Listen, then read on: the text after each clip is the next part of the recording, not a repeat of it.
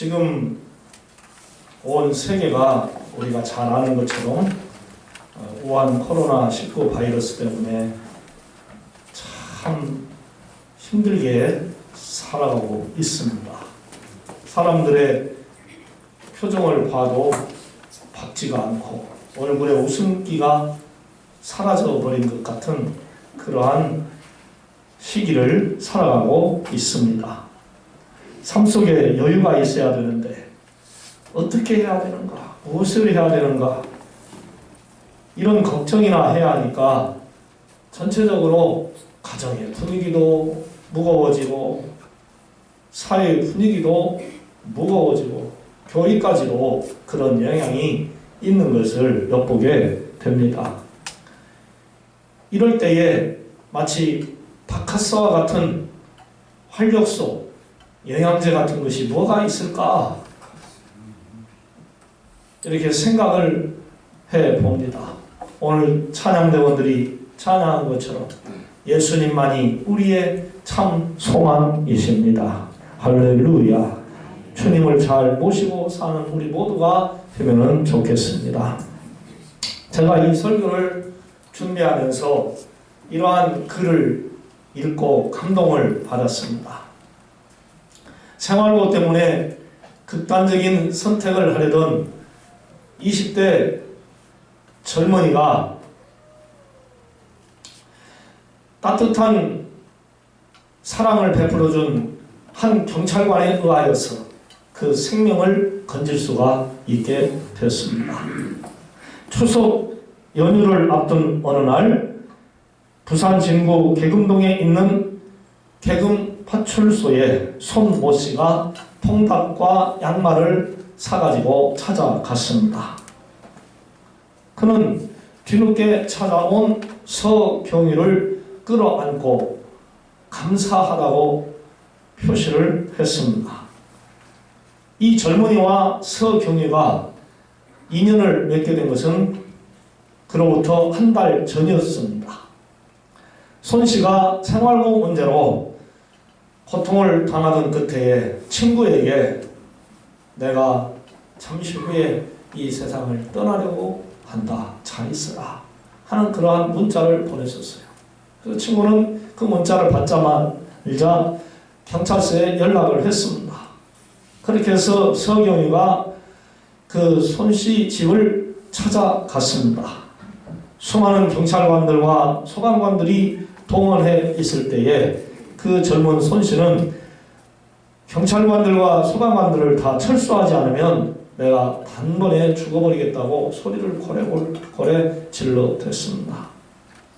서경이는 모든 경찰관과 소방대원들을 다 돌려보냈습니다. 그리고 동료 한 사람과 함께 그에게 다가갔습니다. 그 후 1시간 30분 동안 손 씨로부터 자기는 일찍이 부모님에게 버림을 받아가지고 보육원에서 어렵게 살아왔다.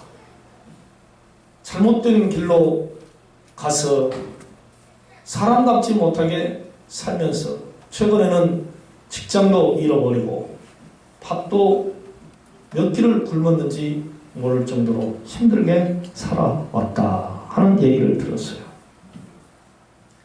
서경이는 그런 손 씨에게 내가 도와주겠다. 내가 너의 직장까지도 알아보겠다. 한 번만 나를 믿어다오. 내가 최선을 다해서 너를 도와주겠다. 하는 그러한 진정성을 보여주었습니다. 그러자 그 손 씨가 서경유의 마음을 잊고 자기의 마음을 열고 다가갔습니다. 서경유는 밥을 며칠 굶은 이 손 씨를 인근 식당에 데리고 갔습니다. 그리고 이런 말을 했습니다. 그래도 밥은 굶지 말았어야지 하면서 자기 주머니에 있는 5만 원짜리 지폐 한 장을 꺼내어서 그에게 주었습니다.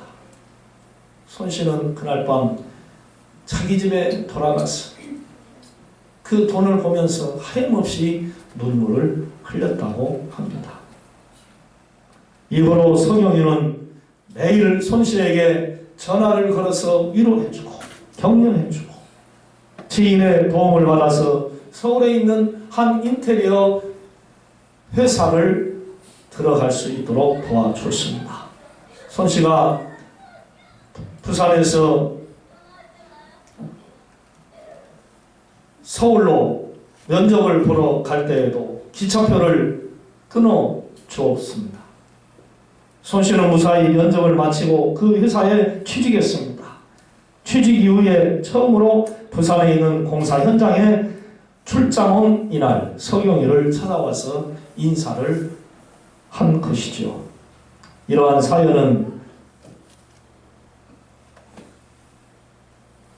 손씨가 부산경찰청 홈페이지에 글을 올렸고 부산경찰청이 공개하면서 알려지게 되었다고 합니다. 그 후로 손씨는 일은 고되지만은 기술을 익히면서 하루하루 사는 것이 얼마나 행복한지 모르겠다고 했어요. 서경이는 통닭을 왜 사왔냐? 왜 양말을 사왔냐? 그러니까 손씨가 제가 서경이님에게 받은 은혜에 비하면 아무것도 아닙니다. 서경이는 그 말을 듣고 순간 가슴이 뭉클했다고 합니다. 그리고 이렇게 말을 했습니다. 우리 사회가 손씨와 같은 사람들을 외면하지 말고 잘 돌봐주는 그런 사회가 됐으면 좋겠습니다. 나를 인도해주는 사람을 믿고 따르면요 새로운 희망이 이루어집니다. 제자는 스승의 지식만을 전수받는 것이 아닙니다. 그 삶이 변하고 그리하면서 결국 세상을 변화시키는 거예요. 그렇습니다. 성도들은요 우리는 세상의 빛이요 소금이라고 성경을 통하여서 잘 배우고 알고 있습니다. 맞습니다. 성도인 저와 여러분들이 세상에서 빛으로 살고 소금으로 살 때에 그 영향력을 발휘하여 빛이 없어서 어둡게 사는 사람들에게 빛을 발휘하여 밝게 살게 해주고 짠맛을 잃어버린 사람들에게 짠맛을 낼 수 있는 그러한 삶을 살 수 있도록 영향력을 끼치는 사람들이라는 것이죠.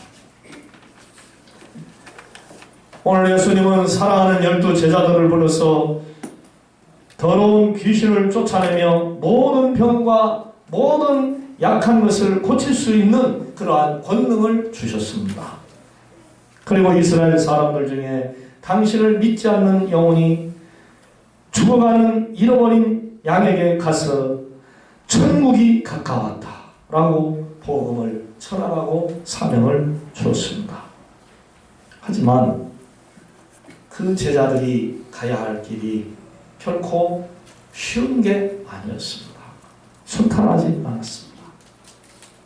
마태복음 10장 16절에 의하면 보라 내가 너희를 보내니 양을 이리 가운데로 보낸과 같도다.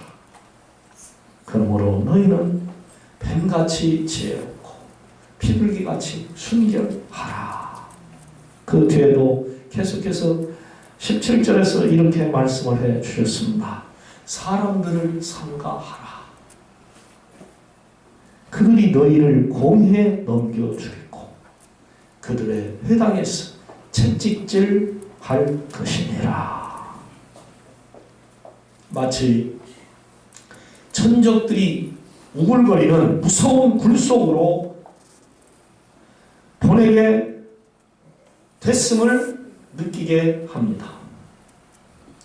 복음 전하다가 채찍질을 당할 수도 있고 또 더 나아가서는 목숨도 잃을 수 있을 것이라는 말씀이죠. 예수님의 이름 때문에 모든 그 사람들에게 미움을 받을 수도 있다는 것입니다. 하지만 꼭 그렇게 부정적인 것만은 아니었습니다.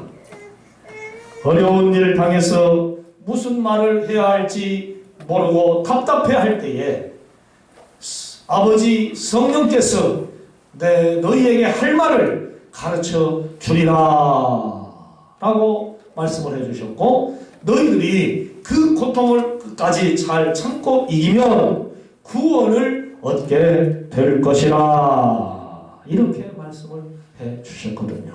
아멘. 그런즉 무슨 일을 당해도 두려워하지 말아라 그러셨어요. 이 육신의 목숨을 죽이는 자들을 두려워하지 말아라. 목숨과 영혼까지 다스릴 수 있는 분, 죽이기도 하고 살릴 수도 있는 그 여호와 하나님을 두려워하라 하셨어요. 절대로 세상 권세자들이나 그 무엇을 두려워하지 말라는 겁니다. 그러니까 자기 십자가를 지고 예수님의 명령, 즉 복음 증거하는 일에 최선을 다하라, 그런 말씀입니다. 아멘. 자기 목숨을 얻는 자는 잃을 것이고, 예수님을 위하여서 목숨을 잃고자 하는 자는 얻게 될 것이니라, 그 말씀이에요. 아멘입니까? 사랑하는 성도 여러분, 여러분들이 십자가를 지시고 예수님을 따라가시기를 바랍니다. 여러분의 십자가를 져야 합니다. 그냥 성도가 되는 게 아니에요. 그냥 기름 부음 받은 주의 종들이 되는 게 아니에요. 하나님께서 거저 그들에게 상 베풀어 주시지 않습니다. 십자가를 지시고 피를 흘리고 땀을 흘리며 하나님이 일을 할 때에 생명의 면류관을 씌워 주신다는 것이죠. 착하고 충성된 종아라는 칭찬을 듣는다는 겁니다. 그리고 그 자손들이 대대로 하나님의 축복을 받아 누리게 된다는 거예요. 할렐루야. 세운 공력이 있어야죠. 세운 공력 따라서 영영상몰 주리. 잘 짓고 잘 짓세. 우리 집 잘 짓세. 만세 반석 위에다 우리 집 잘 짓세. 할렐루야. 우리의 세운 공력이 있을 때에 믿음의 집이 형성되고 하나님의 축복이 온다는 거예요. 그냥 오는 게 아니에요. 공력을 세워야 한다. 예수님은 제자들에게 37절에서 이렇게 말씀을 하셨습니다. 아버지나 어머니를 나보다 더 사랑하는 자는 내게 합당하지 아니하고, 아들이나 딸을 나보다 더 사랑하는 자도 내게 합당하지 아니하며. 이 말씀은요, 부모와 자식 그리고 형제를 사랑하지 말아라 하는 그 말씀이 아닙니다. 사랑하라는 거예요.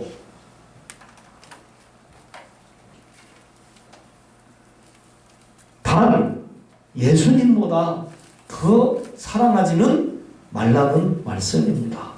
아멘. 아멘이 잘 안 나와요.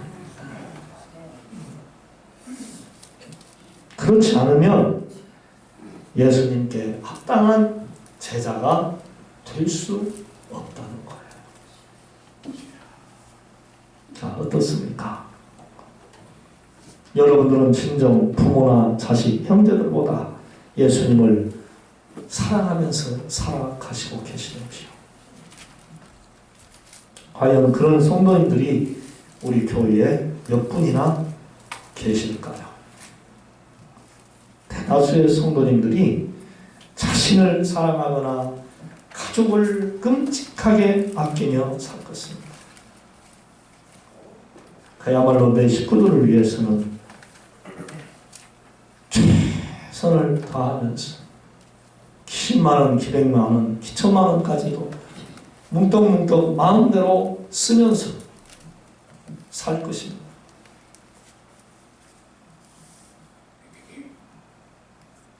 그런데 주님의 일에는 매우 인색할 때가 있을 것입니다.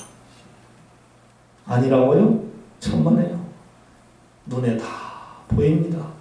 하나님이 보실 때 우리가 다 보입니다. 우리 중에 누가 전도를 최우선으로 알고 자신의 물질과 시간과 모든 걸 다 바쳐서 하는 분들이 몇 분이나 계시는가요? 주의 일을 하다가 비방당하고 온갖 손해를 보면서 오직 죽으면 죽으리라고 하는 그러한 믿음을 보인 성도가 누구신가요? 또한 주의 성전의 부흥과 아름다움을 위하여 온전한 물질과 시간과 몸을 바치는 충성된 종들이 얼마나 있는가요? 겨우 남들이 하는 만큼 쫓아가는 수준일 것입니다. 부끄러워서 얼굴 들기가 힘들 거예요. 십자가를 지는 심정으로 예배드리고 온갖 귀한 것들을 주께 바쳐야 되는데 성의 없이 예배를 드릴 때도 많습니다. 예배 시간에 졸기도 하고 아예 잠을 자는 사람도 있고 핸드폰을 끼고 핸드폰이나 보는 사람도 있고 사업 생각이나 하고 있고 자식 걱정이나 하고 있고 병 걱정이나 하고 있고 예배 시간에 예배에 집중해야 되는데 집중하지 않고 세상 것에만 매달리는 그러한 성도들도 참 많습니다.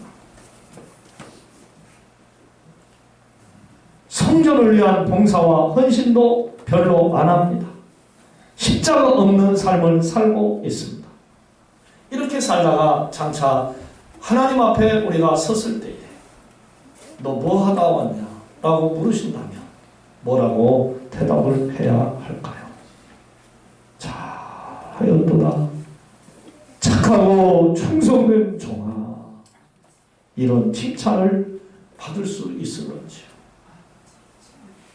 우리는 여기서 한 번 더 생각해야 합니다. 나는 주님께 칭찬을 받을까? 아니면 책망을 받을까? 저는 어제 아내와 식탁에 앉아서 식사를 마치고 다퉜어요. 식사를 잘하고 다퉜어요. 우리가 과연 교회를 위해서 하나님을 위해서 얼마나 충성스럽게 일하고 있느냐 서로 비판하는 시간이었어요. 명관 집사를 다시 우리 교회로 오도록 권유하면 어떻게 되겠냐고 저한테 아내가 얘기를 하는 거예요. 저도 다시 오면 좋죠. 왔으면 좋겠어요. 그런데 제가 지금까지 우리 반석중학교에서 목회하고 또 다른 데서 목회해봤지만 한 번 교회 싫다고 나간 분들이 다시 들어오는 경우는 거의 없더라고요. 부정적이었어요. 당신이 명관집사 가정에 대해서 그렇게 영혼 사랑하는 마음으로 뜨거우면 전화 한번 하시오.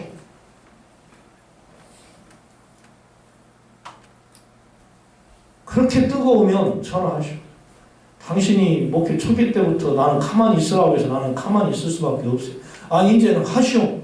이제는 하시라고 제가 막 강요를 했어요. 그랬더니 전화한다고 하더라고요. 했는지 안 했는지 난 모르겠습니다. 제가 사흘 전에 꿈을 꿨어요. 최대원 집사님이 제 품에 안기시더라고요. 그래서 제가 안수기도를 해드렸어요. 그런 얘기를 안 하고 미리 했었어야 되는데 안 했었어요. 제가 그런 얘기를 그 자리에서 했어요. 거 봐요. 하나님이 어떤 방법으로든지 개꿈인지는 몰라도 그런 안수기도를 당신이 하지 않았냐고. 제가 최 집사님한테 전화를 걸었습니다. 최 집사님 얼마나 힘드십니까? 이런 얘기 저런 얘기 하면서 나는 집사님 부부가 우리 지켜로 다시 오셨으면 좋겠습니다. 신권사님 울고 계시고 언제 평안할 때 한번 모시겠습니다. 신권사님 그러시더라고요. 저는 위로 예배를 드리고 싶은 마음이었죠. 제가 집사님 집에 와서 밥 대접받는 거 원치 않아요. 우리 교회에 오신다고 하면은 즐거움으로 가서 모시고 오시고 싶은 그런 심정이죠. 그런데 또 지재봉 목사님하고 한 몇 시간 후에 통화를 하다가 깜짝 놀랄 소식을 들었어요. 지정희 권사님 아들 되시는 용재 씨가 2달 전에 식당 일 준비 다 직원들하고 해놓고 골프 치고 내려오다가 물 한 잔 마시고 그냥 푹 쓰러져서 세상을 떠나버렸다는 거예요. 참, 이게 뭔 일이 이런 일이 있다. 최기현 집사가 그렇게 잠자다가 가더니 또 용재가 그렇게 갔다고 하니 얼마나 마음이 또 하나 아픈지 달려가고 싶었어요. 우리 직원사님한테 영광까지. 목사님 떠난 교인인데 뭐 이렇게 떠난 교인까지 찾아가려고요. 그래도 그렇지 않지 않습니까? 제가 지목사님고 지목사 월요일날 같이 가세요. 가서 권사님 위로해드리세요. 그랬더니 우리 교인들은 알고 계셨더라고. 아신 분들은 어떻게 이렇게 감쪽같이들 말도 안 하고 살아요 저한테. 네?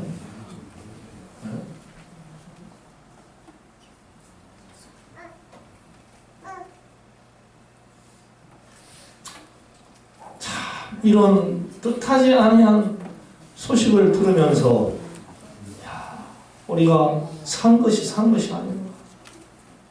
언제 어느 때 세상을 떠날지 모르겠구나.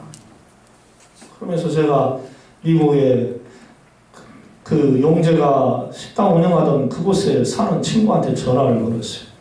야, 너 참 오래 살았다. 안 목사 뭔 말이 갑자기. 너 한가까지 살았으니까 무던히 오래 살았다. 아이 말 좀 해봐. 왜 그래? 뭔 일 있냐? 그런저런 일이 있었다더니 깜짝 그 친구도 놀라더라고. 거기서 한 20분 거리밖에 안 떨어져서 식당에서 그 친구가 사는데 20분 거리밖에 안 된다고. 야, 너 똑바로 살아. 하나님 믿고 살아 임마. 제가 그랬어요. 잘 살아야 됩니다. 예수님 잘 믿고 할렐루야. 언제 어느 때 부름받으면 이 세상 사람이 아닐 수가 있어요. 우리 자녀들 또한 마찬가지예요.